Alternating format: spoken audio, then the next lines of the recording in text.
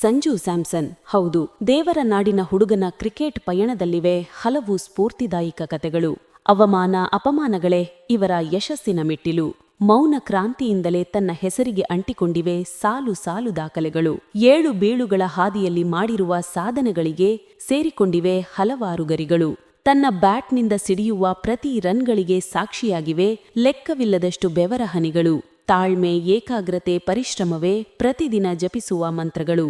ಸದ್ಯ ವಿಶ್ವ ಕ್ರಿಕೆಟ್ನಲ್ಲಿ ಹೆಚ್ಚು ಸುದ್ದಿಯಲ್ಲಿರುವ ಕ್ರಿಕೆಟಿಗ ಸಂಜು ಸ್ಯಾಮ್ಸನ್. ಅದರಲ್ಲೂ ಟಿ20 ವಿಶ್ವಕಪ್ ಟೂರ್ನಿಯ 3 ಮಹೋನ್ನತ ಇನ್ನಿಂಗ್ಸ್ಗಳಿಗೆ ಬೆಲೆ ಕಟ್ಟಲು ಸಾಧ್ಯವಿಲ್ಲ. ಹಾಗಾಗಿಯೇ ಸಂಜು ಸ್ಯಾಮ್ಸನ್ ಎಂಬ ಹೆಸರು ಪ್ರತಿಯೊಬ್ಬ ಕ್ರಿಕೆಟ್ ಅಭಿಮಾನಿಗಳ ಬಾಯಲ್ಲೂ ನಲಿದಾಡುತ್ತಿದೆ. ಈ ಹಿಂದೆ ಐಪಿಎಲ್ ಆಗಿರಬಹುದು, ದೇಸಿ ಕ್ರಿಕೆಟ್ ಆಗಿರಬಹುದು ಅಥವಾ ಟೀಂ ಇಂಡಿಯಾ ಪರ ಅದ್ಭುತ ಇನ್ನಿಂಗ್ಸ್ಗಳನ್ನು ಆಡಿದ್ರೂ ಸಂಜು ಜಾಸ್ತಿ ಚಾಲ್ತಿಯಲ್ಲಿರುತ್ತಿರಲಿಲ್ಲ. ಅಷ್ಟೇ ಅಲ್ಲ, ಟೀಂ ಇಂಡಿಯಾಗೆ ಬಂದು ಹೋಗುವ ಅತಿಥಿ ಆಟಗಾರ ಎಂಬ ಹಣೆಪಟ್ಟಿಯೂ ಇತ್ತು. ಕೆಲವೊಮ್ಮೆ ಸಿಕ್ಕ ಅವಕಾಶಗಳನ್ನು ಸರಿಯಾಗಿ ಬಳಸಿಕೊಂಡ್ರೂ ಸ್ಥಿರ ಪ್ರದರ್ಶನ ನೀಡುತ್ತಿರಲಿಲ್ಲ. ಹೀಗಾಗಿ ಸಂಜು ಸ್ಯಾಮ್ಸನ್ ಟೀಂ ಇಂಡಿಯಾಗೆ ಅನಿವಾರ್ಯ ಆಟಗಾರನಾಗಲಿಲ್ಲ. ಹಾಗೆ ನೋಡಿದ್ರೆ ಸಂಜು ಸ್ಯಾಮ್ಸನ್ ಅದ್ಭುತ ಪ್ರತಿಭಾವಂತ ಕ್ರಿಕೆಟಿಗ. ಟೀಂ ಇಂಡಿಯಾದ ಖಾಯಂ ಆಟಗಾರನಾಗಿ ನಾಯಕನಾಗುವಂತಹ ಎಲ್ಲ ಅರ್ಹತೆಗಳೂ ಇದ್ದವು. ಆದರೆ ಅದೃಷ್ಟ ಕೈ ಹಿಡಿಯಲಿಲ್ಲ. ಅದಕ್ಕಿಂತ ಹೆಚ್ಚಾಗಿ ಗಾಡ್ಫಾದರ್ಗಳ ಬಲವೂ ಇರಲಿಲ್ಲ. ಒಂದು ವೇಳೆ ಸಂಜು ಸ್ಯಾಮ್ಸನ್ ದೆಹಲಿ, ಮುಂಬೈ ಪರ ಆಡುತ್ತಿದ್ರೆ ಕೊಹ್ಲಿ, ರೋಹಿತ್ ಶರ್ಮನ ಉತ್ತರಾಧಿಕಾರಿಯಾಗುತ್ತಿದ್ದರು. ಅಷ್ಟೊಂದು ಸಾಮರ್ಥ್ಯ ಸಂಜುವಿನಲ್ಲಿತ್ತು. ಆದರೆ ಸ್ಥಾನಮಾನಕ್ಕಾಗಿ ಎಂದೂ ಕೂಡ ಸಂಜು ಲಾಬಿ ಮಾಡಲಿಲ್ಲ. ಯಾರನ್ನೂ ಒಲೈಕೆ ಸಹ ಮಾಡಲಿಲ್ಲ. ಹಾಗಾಗಿಯೇ ಸಂಜು ತೆರೆಮರೆಯಲ್ಲಿದ್ದುಕೊಂಡು ಸಿಕ್ಕ ಅವಕಾಶಗಳನ್ನು ಸದುಪಯೋಗಪಡಿಸಿಕೊಂಡು ಇಂದು ಟೀಂ ಇಂಡಿಯಾದ ಟ್ರಂಪ್ ಕಾರ್ಡ್ ಬ್ಯಾಟರ್ ಆಗಿ ಹೊರಹೊಮ್ಮಿದ್ದಾರೆ. ಸಂಜು ಸ್ಯಾಮ್ಸನ್ ಶಾಂತ ಸ್ವಭಾವದ ವ್ಯಕ್ತಿ, ಆದರೆ ಆಕ್ರಮಣಕಾರಿ ಪ್ರವೃತ್ತಿಯ ದಾಂಡಿಗ. ವೈಯಕ್ತಿಕ ಆಟಕ್ಕಿಂತ ಜಾಸ್ತಿ ತಂಡದ ಹಿತಕ್ಕಾಗಿ ಆಡುವ ಆಟಗಾರ.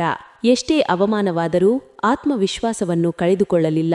ತಂಡದಿಂದ ಕೈಬಿಟ್ರೂ ಧೃತಿಗೆಡಲಿಲ್ಲ. ಯಾರು ಏನೇ ಟೀಕೆ ಮಾಡಿದ್ರೂ ಎದೆಗುಂದಲಿಲ್ಲ. ತಾಳ್ಮೆ, ಸಂಯಮ ಮತ್ತು ಕಾಯುವಿಕೆಯೇ ಎಲ್ಲದಕ್ಕೂ ಉತ್ತರ ನೀಡುತ್ತದೆ ಎಂಬ ಅಚಲವಾದ ವಿಶ್ವಾಸ ಅವರನ್ನು ಕೈಬಿಡಲಿಲ್ಲ. ಹಾಗಾಗಿಯೇ ದೇವರ ನಾಡಿನ ಹುಡುಗ ಇಂದು ಟೀಂ ಇಂಡಿಯಾದ ಆಪದ್ಬಾಂಧವನಾಗಿದ್ದಾರೆ. ಹೇಳಿ ಕೇಳಿ ಸಂಜು ಕೇರಳದ ಹುಡುಗ ಅಂದಮೇಲೆ ಫುಟ್ಬಾಲ್, ಅಥ್ಲೆಟಿಕ್ಸ್ ಅಲ್ಲಿನವರಿಗೆ ರಕ್ತಗತವಾಗಿ ಬಂದಿರುವ ಬಳುವಳಿ. ಅಂತಹುದರಲ್ಲಿ ಸಂಜು ಆಯ್ಕೆ ಮಾಡಿಕೊಂಡಿರುವುದು ಕ್ರಿಕೆಟ್ ಆಟವನ್ನು. ಅಷ್ಟಕ್ಕೂ ಸಂಜು ತಂದೆ ಸ್ಯಾಮ್ಸನ್ ವಿಶ್ವನಾಥ್ ಪೊಲೀಸ್ ಕಾನ್ಸ್ಟೇಬಲ್, ಹಾಗೆ ಫುಟ್ಬಾಲ್ ಆಟಗಾರ ಕೂಡ ಹೌದು. ದೆಹಲಿಯ ಪೊಲೀಸ್ ಕ್ವಾರ್ಟರ್ಸ್ನಲ್ಲಿ ಕ್ರಿಕೆಟ್ ಆಟವಾಡುತ್ತಿದ್ದ ಸಂಜು ಪ್ರತಿಭೆಯನ್ನು ಗುರುತಿಸಿದ್ದ ಸ್ಯಾಮ್ಸನ್ ಕೆಲಸಕ್ಕೆ ರಾಜೀನಾಮೆ ಕೊಟ್ಟು ಕೇರಳದ ತಿರುವನಂತಪುರಕ್ಕೆ ಶಿಫ್ಟ್ ಆದ್ರು. ಮಗನ ಕ್ರಿಕೆಟ್ ತರಬೇತಿಗಾನಿ ಪಟ್ಟ ಕಷ್ಟ ಪರಿಶ್ರಮ ಅಷ್ಟಿಷ್ಟಲ್ಲ. ರಾಷ್ಟ್ರೀಯ ತಂಡದಲ್ಲಿ ಮಗನಿಗೆ ಸರಿಯಾದ ಅವಕಾಶ ಸಿಗದೇ ಇದ್ದಾಗ ಬಹಿರಂಗವಾಗಿಯೇ ಟೀಕೆ ಕೂಡ ಮಾಡಿದ್ದರು.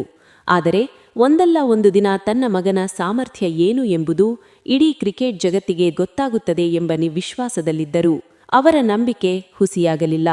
ಹಾಗಾಗಿಯೇ ಇವತ್ತು ಸಂಜು ಸ್ಯಾಮ್ಸನ್ ಸಾಮರ್ಥ್ಯ, ಬ್ಯಾಟಿಂಗ್ ವೈಖರಿಯನ್ನು ಕ್ರಿಕೆಟ್ ಪಂಡಿತರು ಕೊಂಡಾಡುತ್ತಿದ್ದಾರೆ. ಸಂಜು ಸ್ಯಾಮ್ಸನ್ ಕೇರಳ ದೇಸಿ ಕ್ರಿಕೆಟ್ನಲ್ಲಿ ಅದ್ಭುತ ಪ್ರದರ್ಶನ ನೀಡುತ್ತಿದ್ದರು. ವಿವಿಧ ವಯೋಮಿತಿ 2014ರ 29 ವಯೋಮಿತಿ ವಿಶ್ವಕಪ್ ಟೂರ್ನಿಯಲ್ಲಿ ಉಪನಾಯಕನಾಗಿ ಬ್ಯಾಟಿಂಗ್ ಹಾಗೂ ವಿಕೆಟ್ ಕೀಪಿಂಗ್ನಲ್ಲೂ ಮಿಂಚು ಹರಿಸಿದ್ದರು. ಜೊತೆಗ ಕೇರಳ ರಣಜಿ ತಂಡದ ಅತಿ ಕಿರಿಯ ನಾಯಕ ಎಂಬ ಗೌರವಕ್ಕೂ ಪಾತ್ರರಾಗಿದ್ದರು. 2012ರಲ್ಲಿ ಐಪಿಎಲ್ನಲ್ಲಿ ಕೆಕೆಆರ್ ತಂಡವನ್ನು ಸೇರಿಕೊಂಡ್ರೂ ಆಡುವ ಅವಕಾಶ ಸಿಗಲಿಲ್ಲ. ಬಳಿಕ 2013ರಲ್ಲಿ ರಾಜಸ್ಥಾನ್ ರಾಯಲ್ಸ್ ತಂಡವನ್ನು ಸೇರಿಕೊಂಡ್ರು. ಅಲ್ಲಿ ರಾಹುಲ್ ದ್ರಾವಿಡ್ ಕಣ್ಣಿಗೆ ಬಿದ್ದ ಸಂಜು ಮತ್ತೆ ಹಿಂತಿರುಗಿ ನೋಡಲೇ ಇಲ್ಲ. ಈ ನಡುವೆ 2016 ಮತ್ತು 2017ರಲ್ಲಿ ಡೆಲ್ಲಿ ಡೇರ್ ಡೆವಿಲ್ಸ್ ಪರ ಆಡಿದ್ರೂ ಮತ್ತೆ ರಾಜಸ್ಥಾನ್ ರಾಯಲ್ಸ್ ತಂಡವನ್ನು ಸೇರಿಕೊಂಡ್ರು. ಸತತ 8 ವರ್ಷ ಆರ್ಆರ್ ಪರ ಆಡಿದ್ದ ಸಂಜು ನಾಯಕನಾಗಿಯೂ ಅದ್ಭುತ ಪ್ರದರ್ಶನ ನೀಡಿದ್ದರು. ಇದೀಗ 2026ರ ಐಪಿಎಲ್ನಲ್ಲಿ ಚೆನ್ನೈ ಸೂಪರ್ ಕಿಂಗ್ಸ್ ಪರ ಆಡಲಿದ್ದಾರೆ. ಈ ನಡುವೆ ಸಂಜು ಸ್ಯಾಮ್ಸನ್ ಟೀಂ ಇಂಡಿಯಾದ ಹೆಡ್ ಕೋಚ್ಗಳಾದ ರವಿ ಶಾಸ್ತ್ರಿ, ರಾಹುಲ್ ದ್ರಾವಿಡ್ ಗರಡಿಯಲ್ಲಿ ಪಳಗಿ ತಂಡದಲ್ಲಿ ಸ್ಥಾನ ಪಡೆದುಕೊಂಡ್ರೂ ಸ್ಥಿರ ಪ್ರದರ್ಶನದ ಕೊರತೆ ಅವರನ್ನು ಎಡೆಬಿಡದೆ ಕಾಡುತ್ತಿತ್ತು.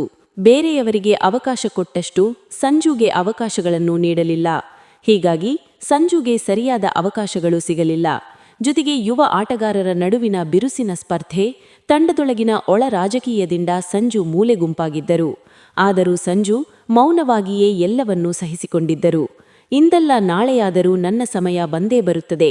ಕಾಲ ಎಲ್ಲದಕ್ಕೂ ಉತ್ತರ ನೀಡುತ್ತದೆ ಎಂಬ ಆತ್ಮಸ್ಥೈರ್ಯ ಅವರಲ್ಲಿತ್ತು.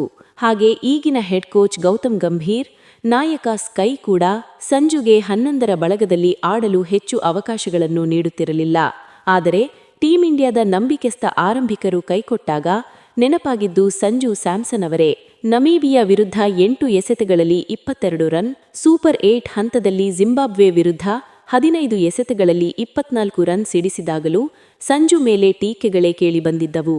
ಆದರೆ ವೆಸ್ಟ್ ಇಂಡೀಸ್ ವಿರುದ್ಧ 50 ಎಸೆತಗಳಲ್ಲಿ 97 ರನ್ ಹಾಗೂ ಇಂಗ್ಲೆಂಡ್ ವಿರುದ್ಧ 42 ಎಸೆತಗಳಲ್ಲಿ 89 ರನ್, 2026ರ ಟಿ20 ವಿಶ್ವಕಪ್ ಫೈನಲ್ನಲ್ಲಿ ನ್ಯೂಜಿಲೆಂಡ್ ವಿರುದ್ಧ ಸಂಜು ಸ್ಯಾಮ್ಸನ್ ಕೇವಲ 46 ಎಸೆತಗಳಲ್ಲಿ 89 ರನ್, 5 ಬೌಂಡರಿ, 8 ಸಿಕ್ಸರ್ಗಳನ್ನು ಗಳಿಸಿ ಮಿಂಚಿದರು. ಅವರ ಈ ಸ್ಫೋಟಕ ಆಟದಿಂದ ಭಾರತ 255/5 ಮೊತ್ತ ಪೇರಿ ನ್ಯೂಜಿಲೆಂಡ್ ವಿರುದ್ಧ 96 ರನ್ಗಳ ಭರ್ಜರಿ ಜಯ ಸಾಧಿಸಿತು. ಈ ಪ್ರದರ್ಶನಕ್ಕಾಗಿ ಅವರು ಪಂದ್ಯದ ಶ್ರೇಷ್ಠ ಆಟಗಾರರಾದರು. ಸಿಡಿಸಿ ಟೀಕೆ ಮಾಡಿದವರ ಬಾಯಿ ಮುಚ್ಚಿಸಿದ್ದರು. ತನ್ನ ಸಾಮರ್ಥ್ಯ, ಪ್ರತಿಭೆಯನ್ನು ಅಣಕಿಸಿದವರಿಗೆ ನೀಡಿರುವ ಉತ್ತರವಂತೂ ಸದಾ ನೆನಪಿನಲ್ಲಿರುತ್ತದೆ. ಇದೀಗ ಫೈನಲ್ ಪಂದ್ಯದ ಮೇಲೆ ಸಹಜವಾಗಿಯೇ ಸಂಜು ಮೇಲೆ ನಿರೀಕ್ಷೆಗಳ ಭಾರವೇ ಇದೆ. ಅದು ಏನೇ ಇರಲಿ, ನಿಮ್ಮ ಪ್ರತಿಭೆಯ ಮೇಲೆ ನಿಮಗೆ ನಂಬಿಕೆ ಇರಲಿ. ನಿಮ್ಮ ಪರಿಶ್ರಮ, ತ್ಯಾಗ, ಬದ್ಧತೆಗೆ ಒಂದಲ್ಲ ಒಂದು ದಿನ ಪ್ರತಿಫಲ ಸಿಕ್ಕೇ ಸಿಗುತ್ತದೆ. ಇದಕ್ಕೆ ಉತ್ತಮ ನಿದರ್ಶನ ಸಂಜು ಸ್ಯಾಮ್ಸನ್.